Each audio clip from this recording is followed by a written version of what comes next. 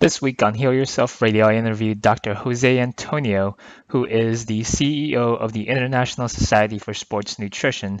And today we're going to do some myth busting and do some fact or fiction on some of the most popular ideas and trends in the world of sports nutrition. So if you're into CrossFit, if you're into performance nutrition, if you're an athlete of any sort, then this is the podcast episode for you. So there's tons of great information here. He's a really great guest. He's very fun and interactive on the show. So you won't be bored and you'll be definitely taking a lot of good notes. So check this one out and listen to it all the way through and let us know what you think at healyourselfradio.com. This is the last week for the Atlas of Life cervical pillow giveaway. So if you want to protect your neck when you're going on long traveling periods, whether it's a car, whether it's an airplane, or if you just feel like you're going to spend some time upright and you just want to relax your neck, the Atlas of Life travel pillow is the pillow for you. It's going to protect your neck, it's comfortable, and it's going to protect really your cervical spine. So check it out. Subscribe to healyourselfradio.com for a chance to win that pillow this week, and we'll announce the winner on the next episode. So without further ado, enjoy this episode with Dr. Jose Antonio.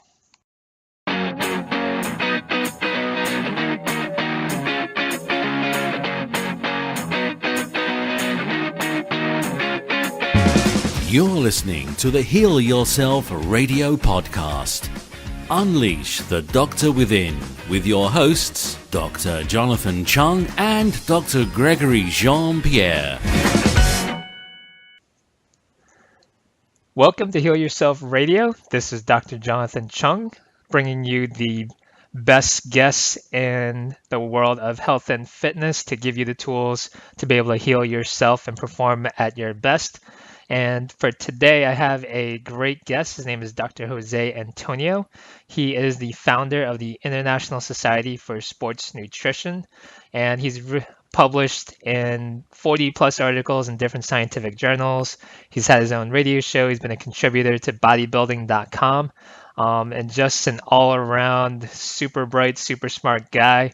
I really enjoyed following him on Twitter and just picking upon some of his knowledge. And I'm really glad to welcome you to the show today. Welcome to the show, Jose. Hey, thanks, Doctor. This will be a lot of fun. I have a lot of stuff to talk about. I actually just got back from the Smarter Team Training Conference in Baltimore, Maryland last weekend, and I gave a talk on high protein diets and different dietary supplements. So yeah, hey, whatever you want to talk about, I'm ready to go. It's I'm a big fan of sports nutrition and sports supplements, and this will be fun. Awesome. Well, why don't you give the audience a little bit of background? And you have quite a decorated resume, so why don't you let people know a little bit about what you've been doing? Oh, sure. It's funny. A decorated resume usually means people are old and been around a long time, and I'll forgive you for that. So. But yeah, I got my PhD at the University of Texas Medical Center in Dallas, Texas. It was at UT Southwestern, and my PhD was actually in exercise and muscle physiology. After I got my PhD, I actually switched my area of research from muscle physiology to sports nutrition and dietary supplements, and that's what I've been doing for literally the past 2+ decades. And currently I'm also full-time faculty at Nova Southeastern University in Davie, Florida.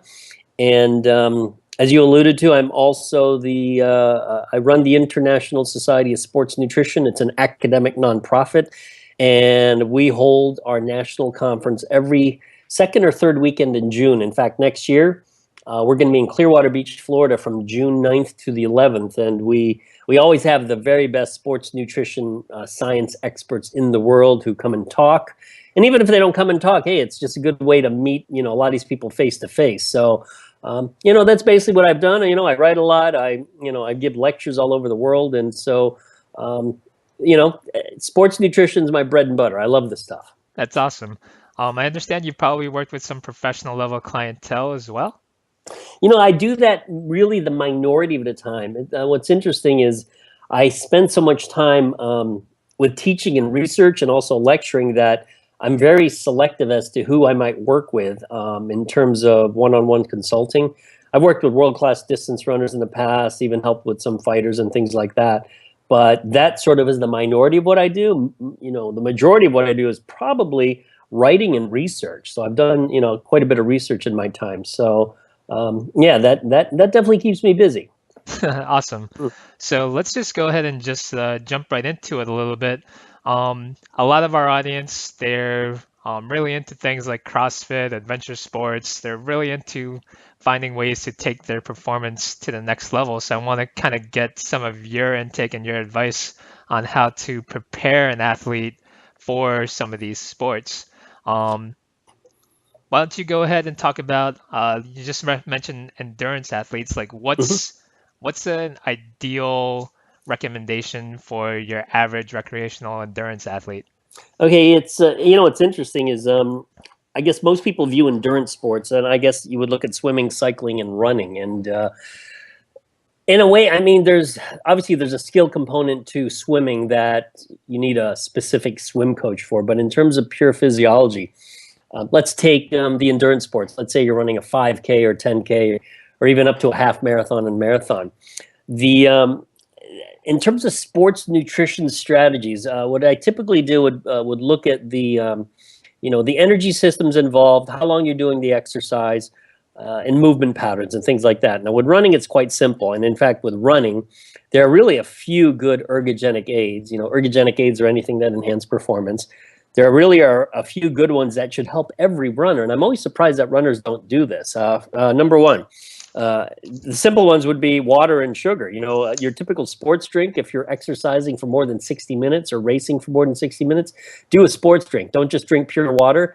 There's a small, very slight risk of hyponatremia. Your audience is probably aware of that. And so make sure you drink a sports drink. Another thing that's actually really effective is caffeine. I've done some studies on caffeine, and caffeine helps everything from the strength power sports all the way to the endurance sports. And I'm really surprised that probably half of the endurance world, at least the ones I've talked to, don't use caffeine, which is really mind-boggling. I mean, the data on caffeine is overwhelming, both caffeine and also coffee. You could actually do black coffee.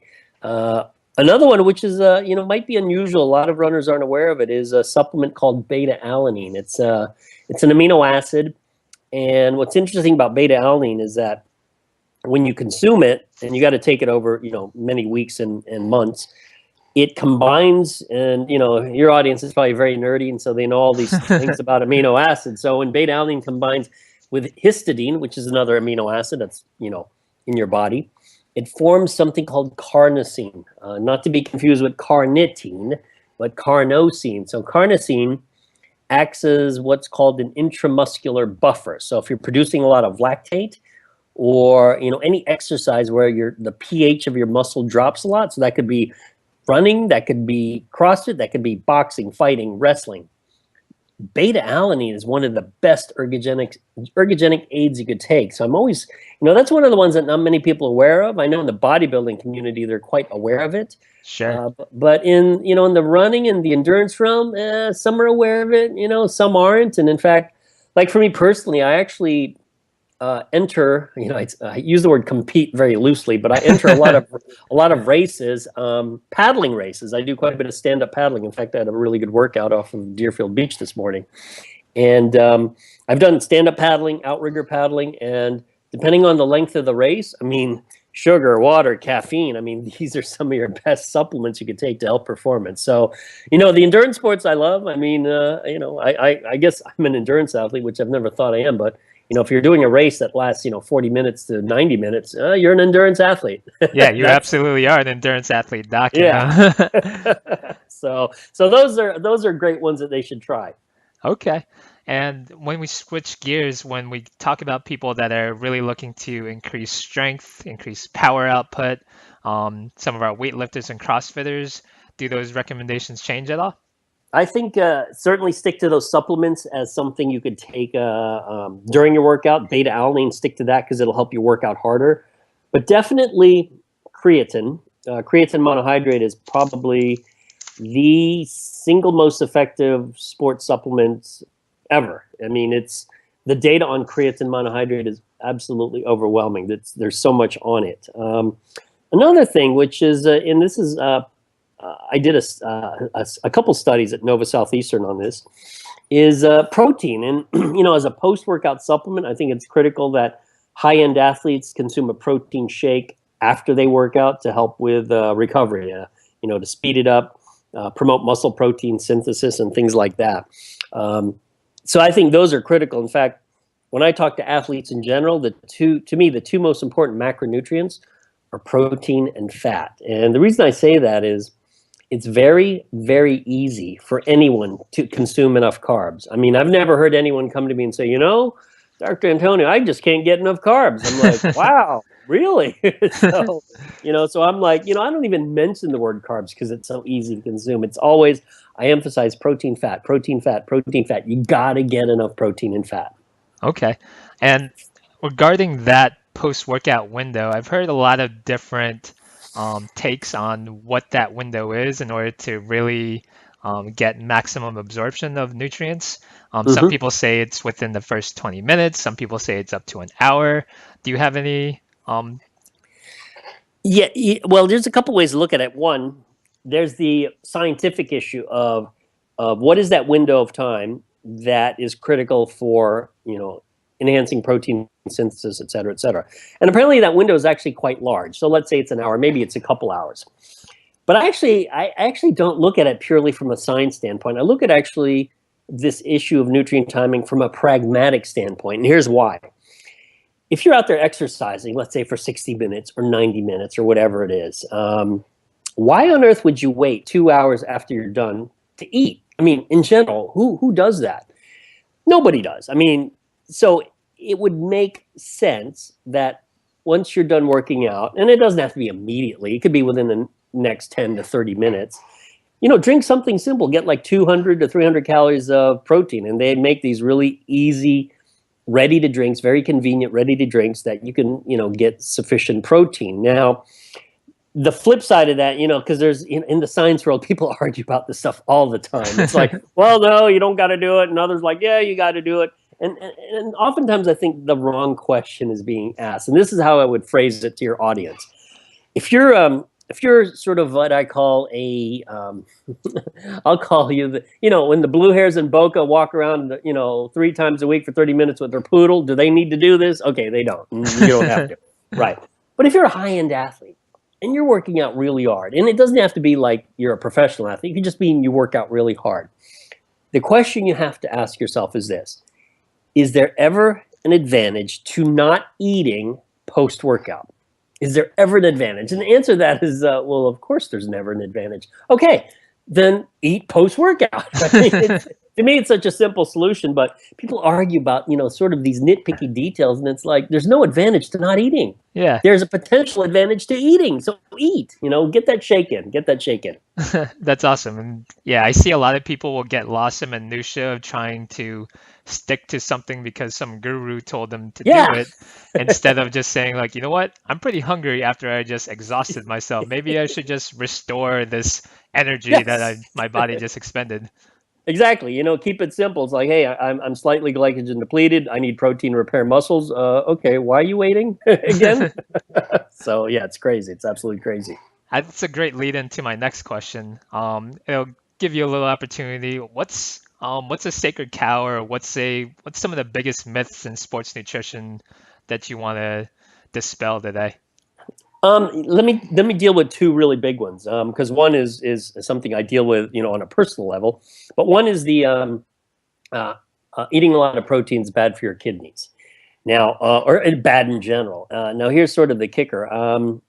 I just finished a study. I actually submitted it for publication, in which we had fairly well-trained subjects consume 3.4 grams of protein per kilogram body weight. That's 3.4. Remember, the RDA is a paltry 0.8. So they ate a lot of protein.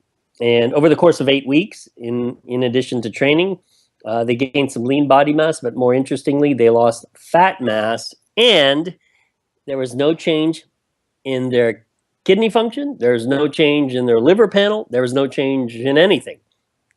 So eating a lot of protein has 0 side effects, particularly when you look at these different clinical values, when you do a comprehensive metabolic Mhm. panel. So, that's just a weird one. I remember when I was an undergrad, and I'm a bit older than you. I did my undergrad in the 1980s when Ronald Reagan was president. So that tells you how far back that is.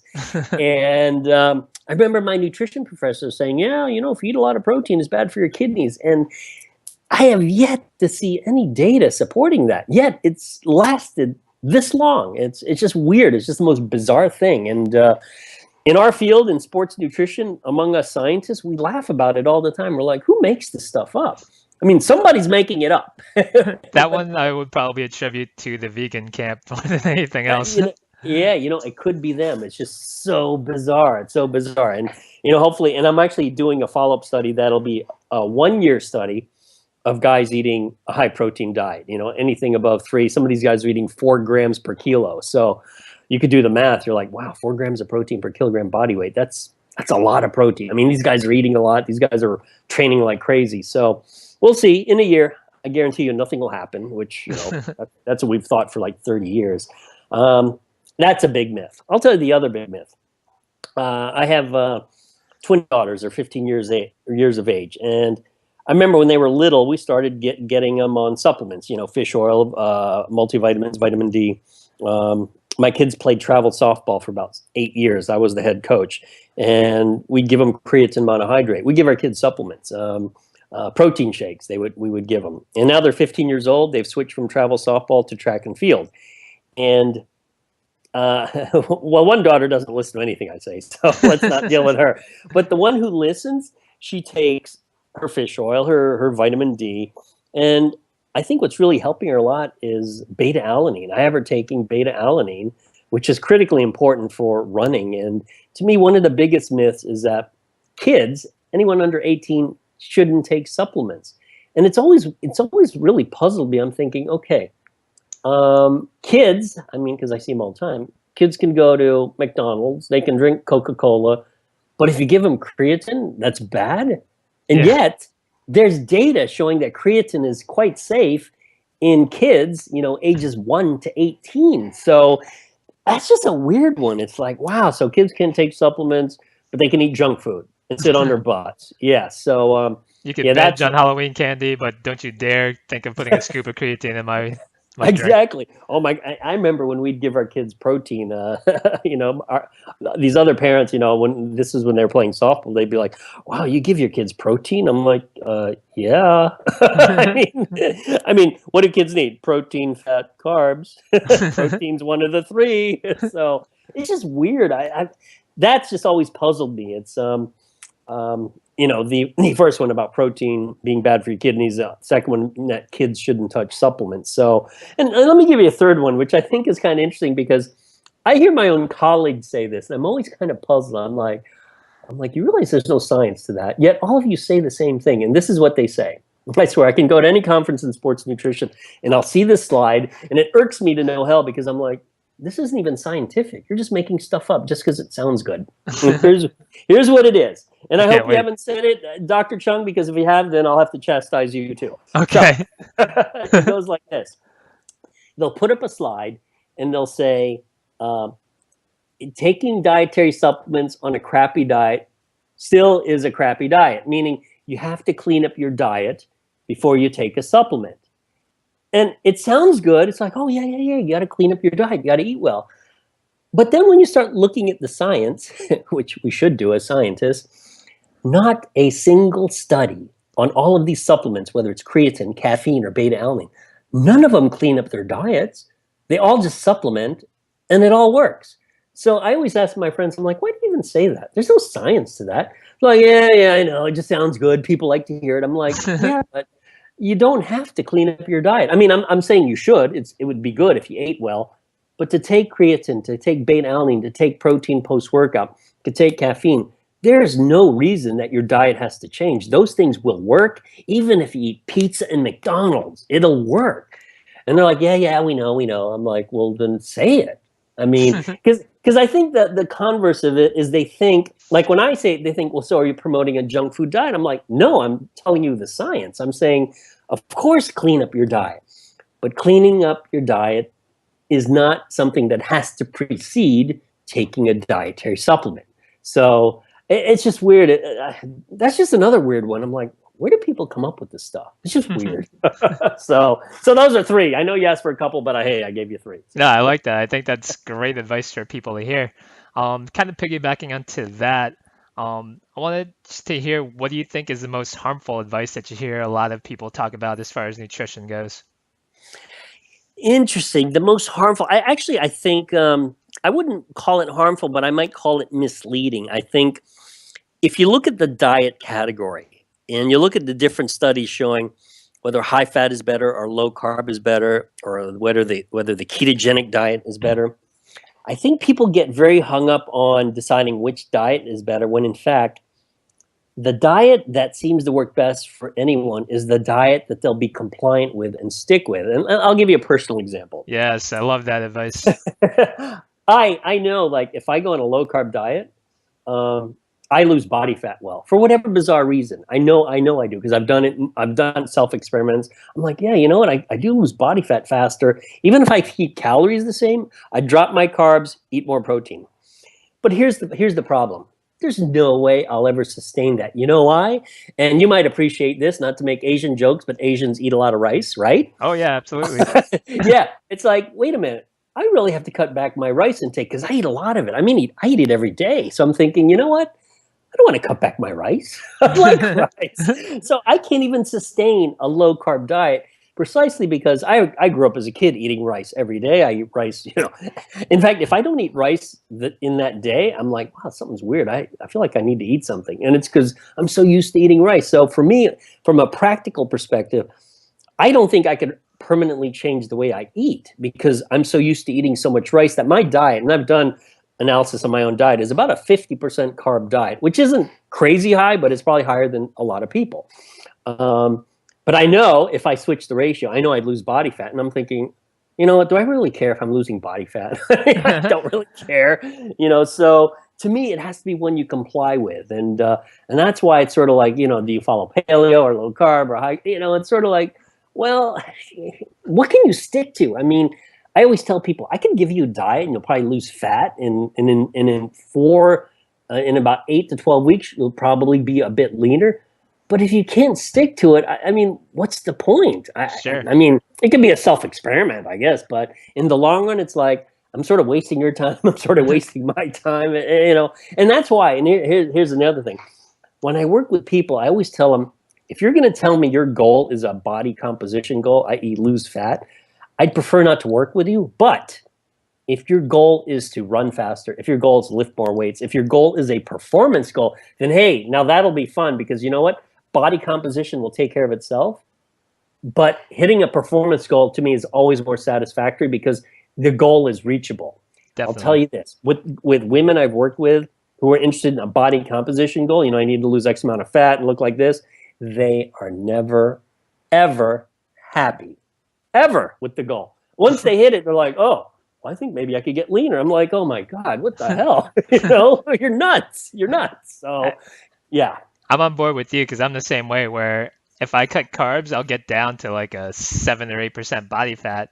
But I love eating pad thai. I love eating my Saturday night pizza. And I'm just like, these abs aren't going to make me any more money or do anything for me, so I'm going to enjoy it. You know what? It's so true. It's sort of, you got to enjoy life, and it's like, come on, I want my pad thai, I want my fried rice, I want my pizza. I'm like, come on, I'll eat well most of the time, but there's no way, and it's funny. I talk to guys and girls who, I'm like, wow, how do you stay so lean? Like, you're sort of like that all year. And here's the dirty little secret: these guys and girls are hungry all the time. Yeah, they're hungry. They're like, you have to work really hard at that. Yes, they're like, people don't realize this, but there's just some foods I just don't eat, and frankly, I'm just hungry a lot. I'm like, man, that kind of sucks. You're hungry a lot. I'm like, man, how do you do? And it's just weird to me. I'm like, okay, well, I guess eventually one day you'll be like, you know what? I'm tired of being hungry. I'm tired of being hungry. I'm gonna eat whatever I want. So Sure. Crazy. It's crazy. A couple rapid fire ones. Do you have a favorite brand of supplements that you take?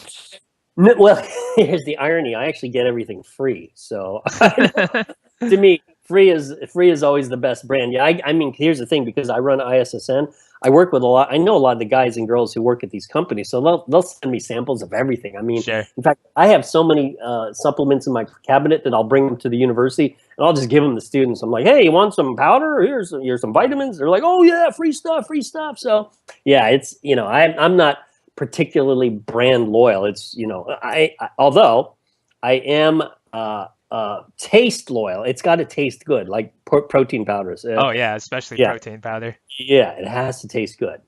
Okay. Um, if you were going to give a resource to, your average person that just wants to increase their ability to lift and to move and to exercise a little bit, what's your favorite book or resource to give that person? Wow, you know what? I think it depends on how much science they know. If they come from a background of science, I would recommend the National Strength and Conditioning Association's. It's called The Essentials of Strength and Conditioning.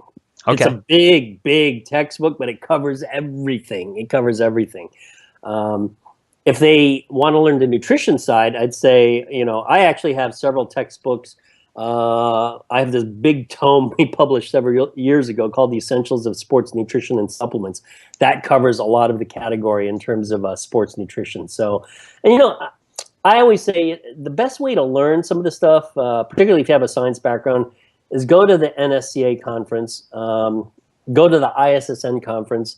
Those are your two best conferences for strength and conditioning and sports nutrition, respectively. Okay. Awesome. And I know that you're super active on Twitter. You post some great stuff. That's actually how I found out about you. Oh, What cool. are what are some of your favorite Twitter handles to follow and to learn from? There's so many I like to follow, but I try to follow all the cool sports nutrition stuff. In fact, it's funny.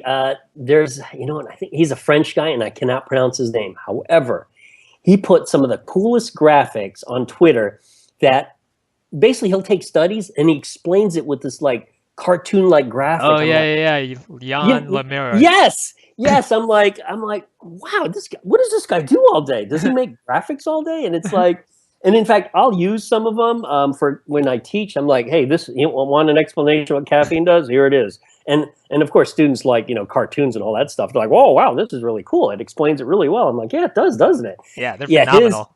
yeah, his stuff is really cool, and that's probably the one that sticks out because it, he just puts a lot of work. He's not just typing a few characters and saying, "Hey, this study's cool." It's like, holy crap, he really put a lot of work into that. That's really cool stuff. So his is the one that comes to mind first. But there's always I always looking for that random gem that pops up. Like, oh wow, that's really interesting. I got to read that study. So, but that's the one that comes to mind. Nice. And last question to put you a little bit on the spot here. So you have a guy that's, done all the right things for months in his training. He's about to perform and he wants to give his personal best. How does he hack his performance on that day using nutrition? On that day, okay, it's I think there's a few things to not do. Don't ever try anything new that day. I think a lot of athletes are like, wow, I heard, if I drink, pickle juice, it'll help me. Well, no, don't drink pickle juice if you haven't tried it in training. So whatever you do, a race day, competition day, make sure you've done it multiple times before. And a second one, and this applies more to endurance than to strength sports. I think, and this is difficult. You almost have to deal with sports psychology. I think what separates a lot of the top people in endurance sports is their ability to handle pain. Who has the Yes. higher pain threshold? And I was speaking to a friend of mine at the Institute of Human Performance, Juan Carlos Santana. He's a super great strength and conditioning coach, personal trainer. And, he asked me, he goes, okay, explain the physiology of someone who comes into my gym. I put them through a circuit that will just kill them. I mean, literally kill them. It's just you produce a ton of lactate, you're exhausted, and they can't even finish it. Yet, I put them through the same thing 7 days later, and they kill it.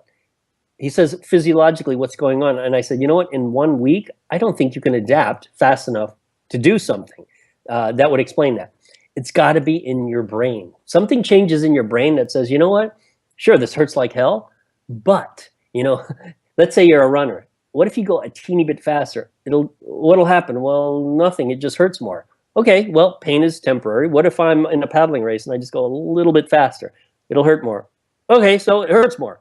But the hurt always goes away at the finish line, as I say. So that, that intangible, the ability to tolerate pain, I think separates a lot of people, from performing really well or performing quite average. And in the strength sports, obviously mental imagery is important as well, but in the strength sports, it's skeletal muscle mass and technique. You got to have that. And that's sort of my, Cliff Notes little summary of your last question. Yeah, I think that was awesome. Thanks for that. Hey, you're welcome. So for people that want to learn more about you and what you're doing, what website should they use? How do they follow you? Yeah, probably the easiest thing to do. Well, on Twitter, my handle is Jose Antonio PhD. That's Jose Antonio PhD, and also my website for the International Society of Sports Nutrition is issn.net. That's issn.net. And I know it's a long ways away, but our 13th annual conference will be June 9 to 11 in Clearwater Beach, Florida, right in the Hilton Hotel, which is right on the beach. Oh, So that's a beautiful spot. yeah, Jonathan, if you're free that weekend, I'll be happy to give you a free pass. Just come on in, learn some sports nutrition, and a little bit of strength conditioning. We'll have a few training talks, but it's 80% sports nutrition, 20% training, and you can't beat it. I mean, it's fun, and I guarantee you this science conference is like no other. It's people are like crazy having fun. You'd think it was a party, actually. So, but that's the way it has to be. If I'm not on my honeymoon, I definitely think I'll take you up on that offer. You can always make that your honeymoon. I'm not Yeah. sure that Yeah, the future wife's going to enjoy that one. No, that's true. That's true. Okay, don't make it your honeymoon. Well, thank you so much for coming on the show. I think people got a lot out of this. For the audience members, a lot of the references that Jose made today, they'll be on the show notes. So definitely check that out at healyourselfradio.com. But thanks for coming on the show. I appreciate your insight and giving us all their wealth of information. Thank you. My pleasure.